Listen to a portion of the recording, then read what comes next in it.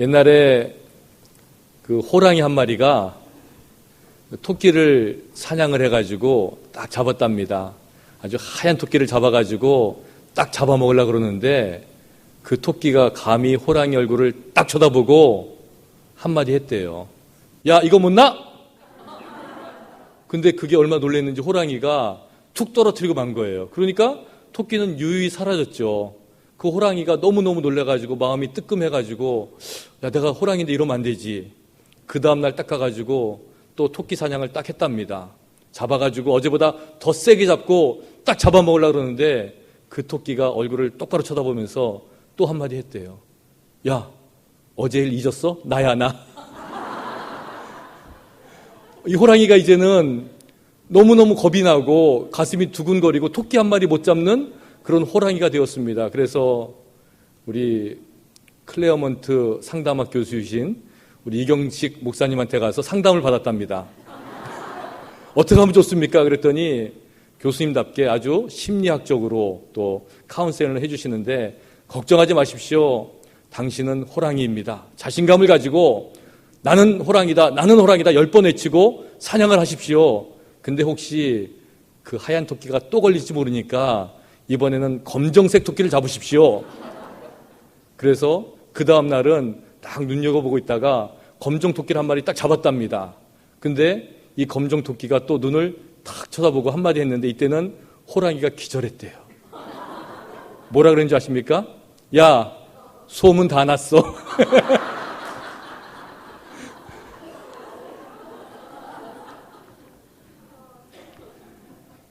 호랑이 같은 세상에 토끼 같은 예수님이 오셔서 그 순결한 피를 흘리시고 세상을 이겼다는 소문이 났습니다.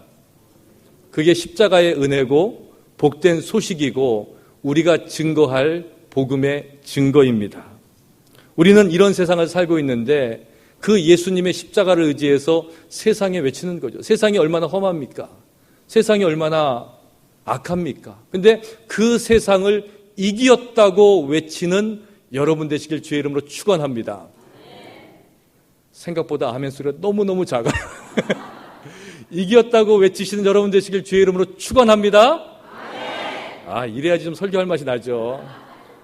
이게 기쁜 소식이고요. 이 복된 소식입니다. 이 복음입니다. 이 복음을 이야기하는데 우리 마음에 감동이 있고 우리 마음이 뜨거워야 되지 않겠습니까? 그리고 우리는 그 복된 소식을 전하는 자이고 그 복된 소식을 복음의 소문을 만들어 나가는 여러분인 줄로 믿으시기를 바랍니다. 그런데 이 세상에는 이렇게 아름답고 좋은 소식만 있으면 얼마나 좋겠습니까? 세상에서 들려오는 소문들은요, 안 좋은 게 너무너무 많아요. 어려운 일, 안타까운 일, 사고와 사건이 끊이지 않는 그런 세상입니다. 그런데 그런 소문만 들리면 어쩔 수 없죠. 그냥 현실이니까. 그런데 더 안타까운 것은 세상을 살다 보니까 거짓 소문, 헛소문이 있다는 겁니다. 여러분, 거짓 소문에 한번 휩싸여 본 적 있으십니까? 어떻게 해도 설명이 안 돼요. 어떻게 해도 이해를 시킬 수가 없습니다. 그렇게 인정하고 믿고 있는 거예요. 근데 거짓 소문이 보니까 딱 두 가지더라고요. 첫 번째는 뭐냐면 없는데 있다 그러는 거예요. 야, 없는데 있다 그러면 어떡합니까? 또 한 가지 뭡니까? 있는데 없다고 하는 거예요. 너무너무 심플합니다, 세상은. 없는데 있다 그러는 것 거짓 소문이에요. 있는데 없다고 하는 것 거짓 소문. 이게 말이 될 수 있고 뭐가 될 수도 있고 뭐가 될 수도 있어요. 근데 세상이 그런 겁니다. 이런 소문들을 만들어가면서 사람들을 헷갈리게 하고 어렵게 하는 게 세상이에요. 그런데 그것뿐이 아닙니다. 우리 신앙도 마찬가지라는 거예요. 2세기경에 이제 기독교의 한 종파가 나왔는데 영지주의라는 그런 이단이 등장을 합니다. 근데 이 사람들이 가지고 나온 이론은 뭐냐면, 여러분, 이 세상을 보십시오. 하나님이 이 세상을 만들었다 그랬는데 하나님이 만든 세상치고는 너무 초라하지 않습니까? 그러니까 이 하나님은 너무너무 능력이 없는 하나님입니다. 이렇게 얘기를 하는 거예요. 하나님이 능력이 없다. 사람들이 들어보니까 세상을 보니까 그렇거든요. 증거를 보니까 그렇거든요. 만약에 하나님의 능력이 있으면 저런 사람 어떻게 만들어? 하나님이 정말 위대한 신이라면 세상이 왜 이렇게 악으로 가득 차게 만들어? 그러면서 그 하나님을 의심하기 시작합니다. 봐라, 하나님이 그렇게 능력이 없으니까 자기가 만들어 놓고도 물로 심판하고 불로 심판하는 것 아니냐? 이러면서 그 하나님을 아주 많은 신들 가운데 아주 열등한 신, 힘이 없고 무능력한 신이라고 이렇게 주장을 하는 겁니다. 그러면서 무슨 이론을 갖다 붙이냐면 그런 세상에 정말 월등하고 우수한 최고의 신이 오셨는데 그 신이 예수 그리스도다 이렇게 주장을 합니다. 언뜻 보면 말이 맞는 것 같아요. 그러니까 우리는 예수님만 믿어야 됩니다 이러면서 성경에서 구약을 싹 빼버립니다. 구약은 읽으면 안 되고 또 신약 성경 가운데서도 구약의 이야기가 나오는 히브리서와 같은 성경을 읽으면 안 됩니다. 히브리서도 빼버리고 그 나머지만 가지고 이게 예수님의 말씀이고 이게 기독교고 이게 신앙입니다 이렇게 가르치기 시작합니다. 있는 것을 빼버리고 없다고 하는 것, 이게 뭡니까? 이게 이단이라는 거예요. 토마스 제퍼슨이 미국의 제3대 대통령이었고 독립선언서를 기초한 대통령으로 알려져 있습니다. 그리고 그분이 아주 좋은 신앙인처럼 알려져 있습니다.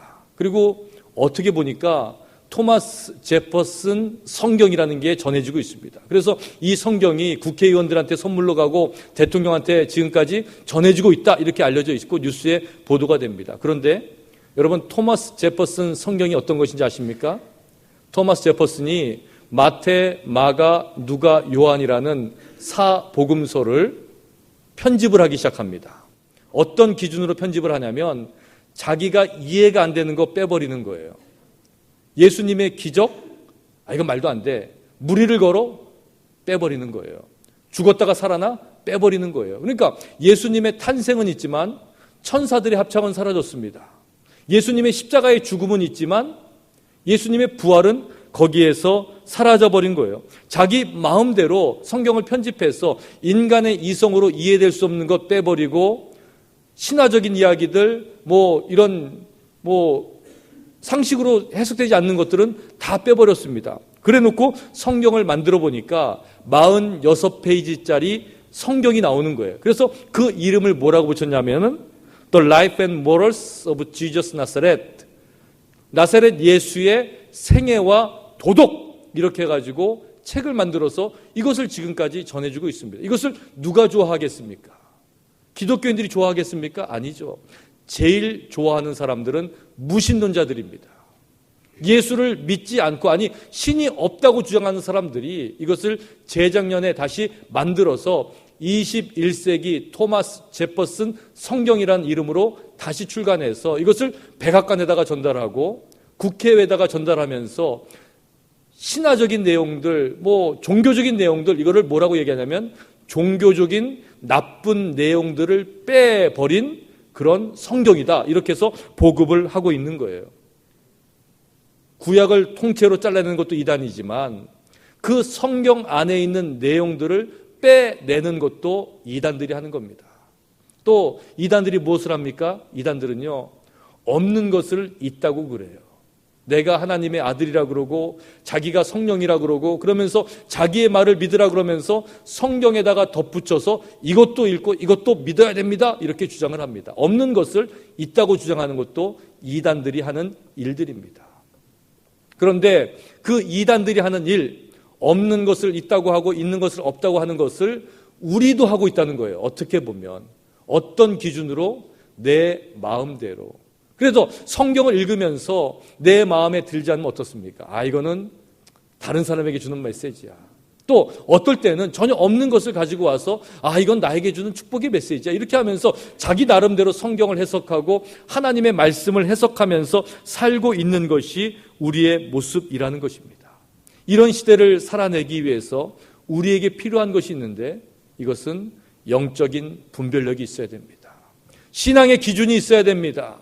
내 욕심이 아니라 세상이 아니라 하나님의 진리의 말씀만을 따라 살겠다는 그 기준과 그 분별력이 없으면 나도 모르는 사이에 내 마음에 안 맞는 말씀 벗어버리고 내가 원하지 않는 것 내려놓고 이렇게 살아가는 헛소문의 진원지가 되는 그런 신앙생활을 우리가 해야 하고 있다는 것입니다.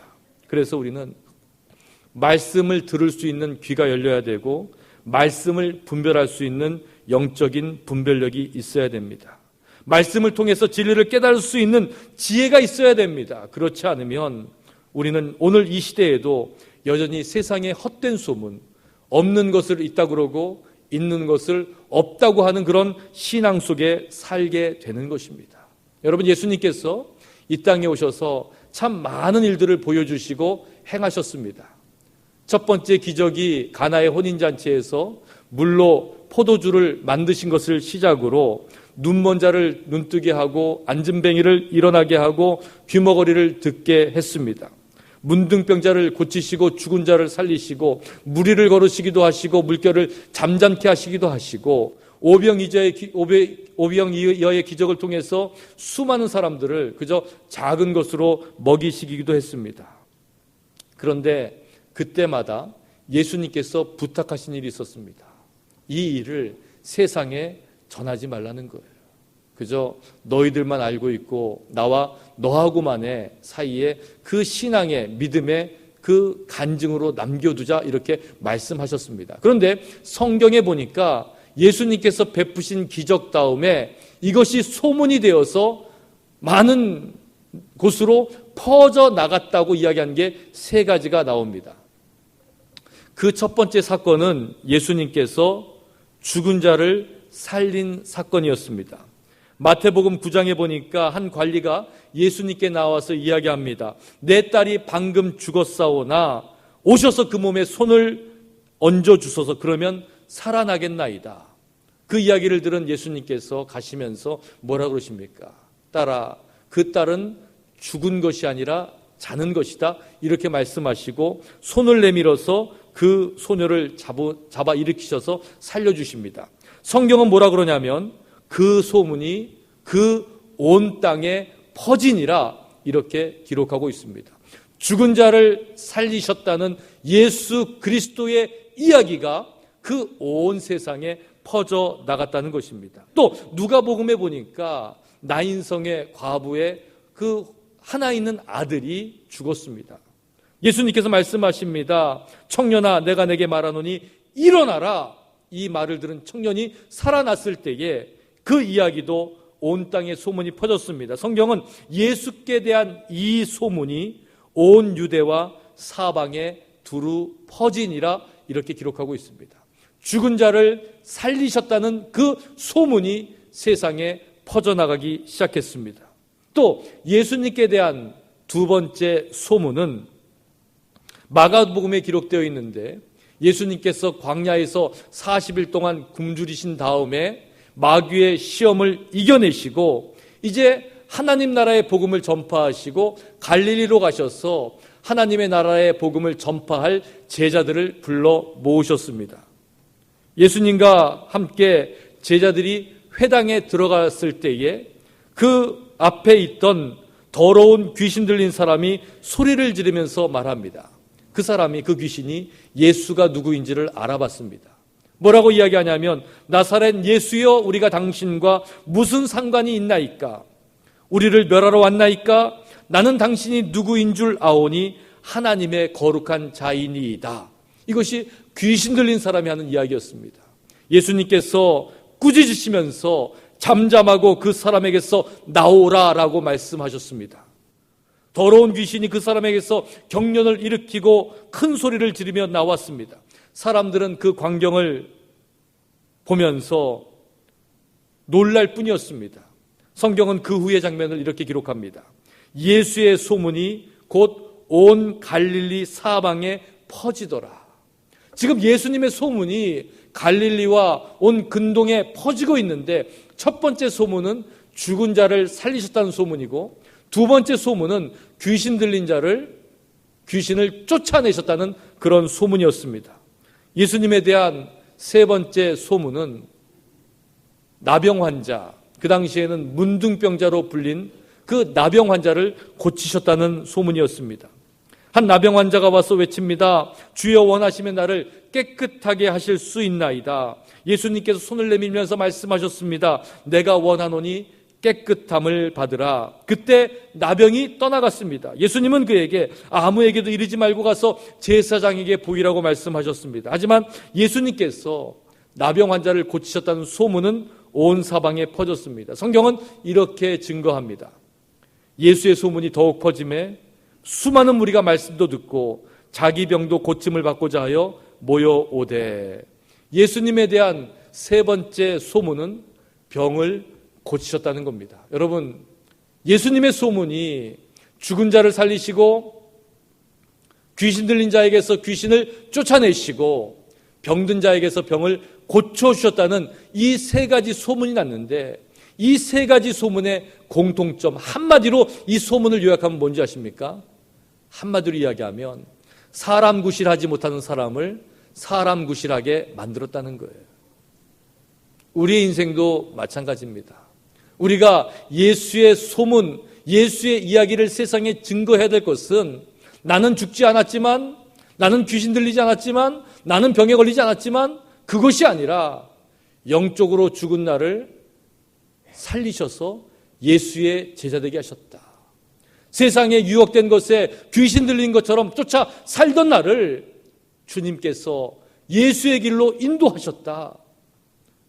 영적인 병에 걸려서 시름시름 알아가던 나를 하나님께서 건지셔서 오늘의 내가 되게 만드셨다. 이 소문을 세상에 증거해야 될 줄로 믿습니다. 예수님께서는 수많은 일들을 하셨지만 예수님께서 원하셨던 것은 사람 구실하지 못하고 살던 사람들에게 하나님의 능력이 임하고 예수의 능력이 임함으로 인해서 그 사람들을 사람 노릇하게, 사람 구실하게 만들었다는 겁니다. 죽은 자는 호흡이 끊어진 자입니다. 사람 구실하지 못하고 땅속에 묻힐 수밖에 없는 인생입니다. 영적으로 귀신 들린 자는 사람 구실할 수 없는 사람입니다. 귀신의 움직임에 따라서, 조정에 따라서 이리저리 휘둘릴 수밖에 없는 그런 사람입니다. 영적인 병에 든 사람은 어쩔 수 없이 병의 노예가 되어서 끌려갈 수밖에 없는 그런 인생입니다. 그런 인생을 주님께서 건지시기 위해서 이 땅에 오셨습니다. 그것이 우리가 증거해야 될 예수 그리스도의 소문이고 우리가 나타내야 될 하나님의 이야기인 줄로 여러분 믿으시기를 바랍니다. 그런데 그런 증거를 위해서는 항상 따르는 것이 있는데, 나를 부인하고 나를 희생하는 겁니다. 내가 살아서, 내가 아직도 교만해서, 내 마음대로 할 수 있어서, 내 능력을 의지해서 이럴 때는요, 하나님이 우리를 사람 구실하게 만들 수가 없습니다. 여전히 우리는 뻣뻣한 거예요. 그런데 이것을 내려놓아야지 하나님께서 우리를 사람 구실하게 만드는 것입니다. 한국에서 어떤 교회의 그 옥상에 그 빨간 십자가 탑을 만들었습니다. 건물 옥상에 있다 보니까, 또 그 타워가 있다 보니까 빨간 십자가 유난히 밝게 보였는데 어느 날 그 불빛이 고장이 났습니다. 그런데 그 교회, 남손교회에서 이 십자가에 있는 등을 고치기 위해서 사다리를 놓고 올라가기 시작했습니다. 사다리를 놓고 그 높은 데 올라가서 막 고치고 있는데 지나가던 사람들이 다 발걸음을 멈추고 구경하기 시작하는 거예요. 야, 저게 뭐지? 야, 저런 게 있었네? 저기 사람이 매달려 있네? 한두 사람 모였는데 어느새 수십 명이 모여서 그 광경을 지켜보고 있습니다.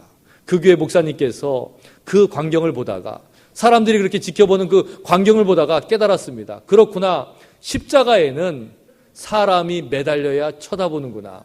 그 전까지는 아무도 관심 없는 십자가였는데, 그 전까지는 아무도 쳐다보지 않는 십자가였는데, 거기에 사람이 매달리니까 사람들이 발걸음을 멈추고 그것을 쳐다보더라는 겁니다. 마찬가지죠. 우리 안에서도 우리의 희생과 우리의 죽음이 있어야지, 사망이 있어야지, 희생이 있어야지, 그때부터 우리가 이 세상에서 증거할 수 있는 것이 있다는 것입니다. 우리의 희생으로 인해서 예수 그리스도를 증거하고 우리의 희생으로 인해서 주님의 소문을 낼 수가 있다는 것입니다. 예수님 당시에도 수많은 사람들이 예수님의 소문을 듣고 쫓아왔습니다. 그런데 그들이 온 것은 자기의 유익을 구하기 위함이었습니다. 그죠? 내가 병을 낫고 내가 잘 살게 되고 내가 건강하게 되고 내가 유익하게 되고, 그런데 그런 사람들에게 예수님은 요구하신 게 있습니다. 다른 것을 요구하신 것이 아니라 너 자신을 부인하라는 거예요. 자기 자신을 부인하라 그랬습니다. 예수님은 그 말을 뭐라고 이야기하냐면 자기 십자가를 지고 나를 쫓을 것이니라 이렇게 이야기합니다. 나를 부인하지 않으면 예수님의 참된 제자가 될 수 없기 때문에 예수님의 제자가 되는 길을 알려주셨습니다. 그것은 자기를 부인하는 겁니다. 나를 내려놓는 겁니다. 그렇지 않고서는 예수님의 제자가 될 수 없기 때문에 그렇습니다. 초대교회의 스데반의 순교로 예수 믿는 사람들이 핍박을 당하기 시작합니다. 그래서 예루살렘에서 온 사방으로 흩어져서 몰래 숨어서 예수를 믿기 시작했습니다. 그 중에 안디옥에 내려가서 예수를 믿은 사람들이 있었는데 그 믿음의 소문이 예루살렘까지 울려 퍼지기 시작했습니다. 그래서 예루살렘에서는 바나바를 보내서 안디옥 교회를 돌보게 하는데 바나바는 혼자 내려간 것이 아니라 바울을 데리고 내려가서 함께 그 교회를 세우기 시작했습니다. 그런데 그들의 믿음이 핍박을 견디고 이겨내는 그 믿음이 얼마나 훌륭하고 아름다웠는지 성경은 뭐라고 이야기하냐면 그제서야 그리스도인이라고 불리기 시작했다 그랬습니다. 그렇죠? 그리스도인이라는 소문이 난 것은 그냥 편하고 모든 것이 여유로울 때가 아니라 핍박이 있고 예수 믿는 것에 어려움이 있을 때 그런 소문이 나기 시작한 것입니다. 오늘 데살로니가 전서에서 바울은 교회에 대한 소문을 들었다고 이야기합니다. 데살로니가 교회는 바울이 세운 교회이지만 그렇다고 바울이 그렇게 오랫동안 있었던 교회가 아닙니다. 학자들은 기껏해야 몇 주, 길어야 몇 달 동안 거기에 머물면서 복음을 전하고 교회를 세웠다고 이야기합니다. 그런데 그 데살로니가 교회가 어려움 가운데에서도 연약함 가운데에서도 믿음 위에 반석을 내리고 그 위에서 굳건한 믿음을 지키면서 지금 교회를 만들어가고 있었습니다. 그래서 그 데살로니가 교회를 바라보면서 바울이 편지하는 겁니다. 여러분, 여러분의 믿음에 대한 소식을 들었습니다. 내 마음이 너무 좋습니다. 견고한 믿음, 굳건한 믿음을 지키면서 신앙생활을 하고 있다는 것 얼마나 아름다운 일인지 모릅니다. 그러면서 데살로니가 교회에 편지하면서 바울이 이야기하기를 우리 데살로니가 교회에 주신 그 세 가지 소문이 내 마음을 좋게 합니다. 이렇게 이야기합니다. 첫 번째 소문이 무엇입니까? 첫 번째 소문은 이 데살로니가 교회가 믿음이 있는 교회라는 것입니다. 성경은 이야기합니다. 하나님을 향하는 너의 믿음의 소문이 각처에 퍼졌으므로 하나님을 향하는 너의 믿음, 그 믿음의 소문이 각 곳에 퍼졌다는 이야기입니다. 그러면 데살로니가 교회가 가지고 있었던 믿음이 어떤 믿음입니까? 성경은 그들의 믿음은 우상을 버리고 하나님께로 돌아온 믿음이라고 이야기합니다. 저는 이 말씀을 읽다가 이런 생각을 해봤습니다. 아, 그렇구나. 신앙은, 믿음은 다른 것이 아니라 줄다리기구나, 이런 생각을 해봤습니다. 하나님 앞에 나가려고 하는데 이 세상의 세력이 끌어당깁니다. 그런데 이 세상의 세력이 힘이 세다는 거예요.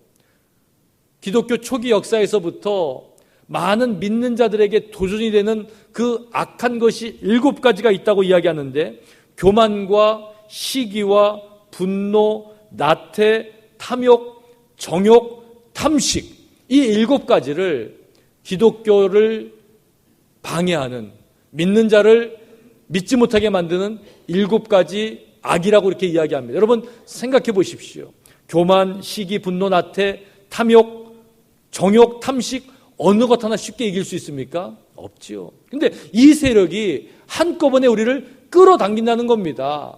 그러다 보니까 우리의 모습은 어떻습니까? 우리는 안 끌려가기 위해서 하나님, 예수 그리스도, 성령 의지해서 줄다리기를 하고 있는 거예요. 그런데 데살로니가 교회가 그 믿음의 줄다리기에서 이기고 있다는 겁니다. 바울이 지금 그것을 이야기하고 있는 것이에요. 너희가 어떻게 우상을 버리고 하나님께로 돌아와서 살아계시고 참되신 하나님을 섬기는지에 대한 소문을 들었다는 것입니다. 그 당시 세상에서는 풍요로운 신을 믿었습니다. 타산의 신을 믿었습니다. 많아지고 풍요로워지고 부자가 되는 것, 그러기 위해서 우상 앞에 절하는 것을 좋아했습니다. 그런 세상 가운데에서, 그 여러 가지 악이 있는 세상 가운데에서 믿기 위해서 믿음의 줄다리기를 하고 있는 것이 데살로니가 교회의 모습이었다는 것입니다.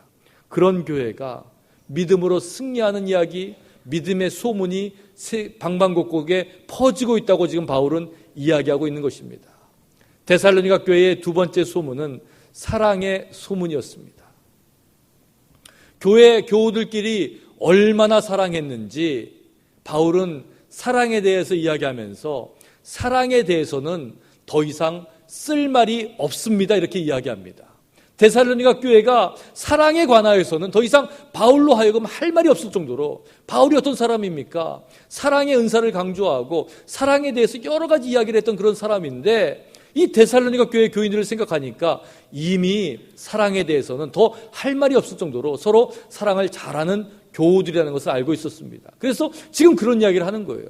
사랑에 대해서는 더 이상 할 말이 없을 정도로 다 각기 서로 사랑함이 풍성하니, 이렇게 이야기합니다. 여러분, 우리 LA 연합감리교회가 믿음으로 소문난 교회, 사랑으로 소문난 교회가 되시길 주의 이름으로 축원합니다.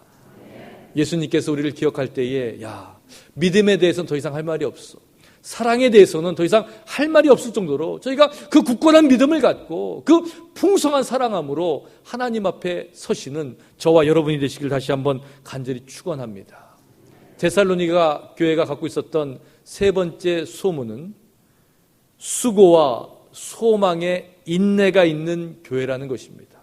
수고하고 희생하고 애쓰고 참고 기다리는 것, 이것이 교회의 모습 아니겠습니까? 지금 그런 교회의 모습을 바울이 기억하고 있는 거예요. 그렇구나, 데살로니가 교회, 비록 내가 거기 많이 머물지 않았지만, 연약한 교회이지만 그 교회가 믿음으로 소문난 교회, 사랑으로 소문난 교회, 수고와 인내함으로 소문난 교회, 그 교회를 바라보면서 바울이 지금 기뻐하고 있는 것입니다. 몇 년 전에 미국의 기독교 잡지에 두 교회가 나란히 소개가 되었습니다. 한 교회는 5,000명이 모이는 미네소타에 있는 교회인데, 목사님이 어느 날 작정을 하고 무슨 설교를 하시냐면 십자가와 칼이라는 제목으로 설교를 하시는데, 제자도의 원리를 정확하게 이야기하는 겁니다. 여러분 같이 신앙생활을 하면 안 됩니다. 우리가 이렇게 믿으면 안 됩니다. 철저하게 믿어야 됩니다. 죄를 버리십시오. 악에서 떠나십시오. 너무너무 강하게 얘기합니다. 근데 그 설교가 듣기 싫어서, 그 정죄한 설교가 듣기 싫어서 5,000명 모이는 교인 중에서 1,000명이 그 교회를 떠났다는 거예요. 그래도 담대하게 말씀을 전할 수 있는 그 목사님이 어떤 목사님이겠습니까? 그런데요, 그 옆에 그 기독교 잡지에 나란히 소개되어 있는 교회는요, 1,600명 모이는 교회인데 5주 만에 2,500명으로 모이는 교회로 자랐다는 거예요. 근데 그 교회가 자란 이유가 설명이 되어 있는데, 그 교회는 1부, 2부, 3부 예배를 드리는데 1부 예배 나오신 교우들 중에서 한 분을 추첨해가지고 캐시로 250불을 준답니다. 2부 예배 나온 교우들 중에서 한 분을 추첨해서 250불을 또 준답니다. 3부 예배는 조금 많이 나오니까 그 중에 한 분을 추첨해서 캐시로 500불. 그래서 매주 1,000불씩을 교인들한테 주는데, 그 소문이 나가지고요, 그 교회가 5주 만에 1,600명 모이던 교회에서 2,500명 모이는 교회가 되었답니다. 여러분, 교회가 무엇으로 소문나야 되겠습니까? 신실한 복음, 십자가의 복음으로 소문이 나야 되겠습니까? 아니면 경품으로 캐시를 준다는 것으로 소문이 나야 되겠습니까? 근데요, 이것이 우리에게 던지는 질문이 있습니다. 우리는 무엇을 이야기하는 거예요? 여러분은 세상 가운데 가서 우리 교회에 대해서 무엇을 이야기하냐고 묻고 있습니다. 이 교회 가면 부자 되고, 교회 가면 애들이 좋은 학교 가고, 교회 가면 잘 되고, 이거는 부수적인 거예요. 그렇지 않아도 돼요. 그런데 교회 가면 살아있는 하나님의 말씀이 있고, 힘들고 어려울 때 이겨나갈 수 있는 믿음의 친구들이 있고, 눈물로 나를 위해서 기도해 줄 수 있는 기도의 동역자들이 있고, 살아있는 하나님의 말씀을 증거하는 메시지가 선포되고, 하나님을 찬양하기 위해서 우리 모두가 함께 예배하는 아름다운 예배가 있고, 성가대의 귀한 찬양이 있고, 할렐루야. 이런 교회로 소문나면 얼마나 좋겠습니까? 우리 교회가 교회의 됨으로 소문나는 교회가 되기를 주님의 이름으로 축원합니다. 십자가와 복음으로 소문나고 믿음의 소문이 나고 데살로니가 교회처럼 사랑의 소문이 나고 수고와 인내의 소문이 나는 그런 교회가 되면 좋겠습니다. 역사가 오래됐다는 소문 좋죠. 그런데 그것만이 아닙니다. 많은 분들이 LA 연합감리교회 그러면 이상한 소문을 들었나 봐요. 그 교회는 뭐 문턱이 높다느니 뭐 배운 사람만 간다느니 또 뭐 오래된 사람만 있다느니 그렇지 않죠. 그건 다 세상에서 잘못한 겁니다. 저도 LA 연합감리교회 목사로 간다니까 많은 분들이 걱정을 하셨어요. 근데 다 잘못한 겁니다. 얼마나 우리가 사랑이 많고 또 이 아들 같은 손자 같은 목회자로 인정해 주시는지 제가 많은 은혜를 누리고 있습니다. 근데요, 교회가 부흥하는 거 다 원하시잖아요. 하나님 나라가 잘 되는 거 다 원하시잖아요. 근데요, 부흥하는 교회하고 부흥하지 않는 교회는요, 딱 한 가지 차이가 있어요. 그 차이는 뭐냐면 부흥하는 교회는요, 교인들이 그렇게 목사 자랑을 해요.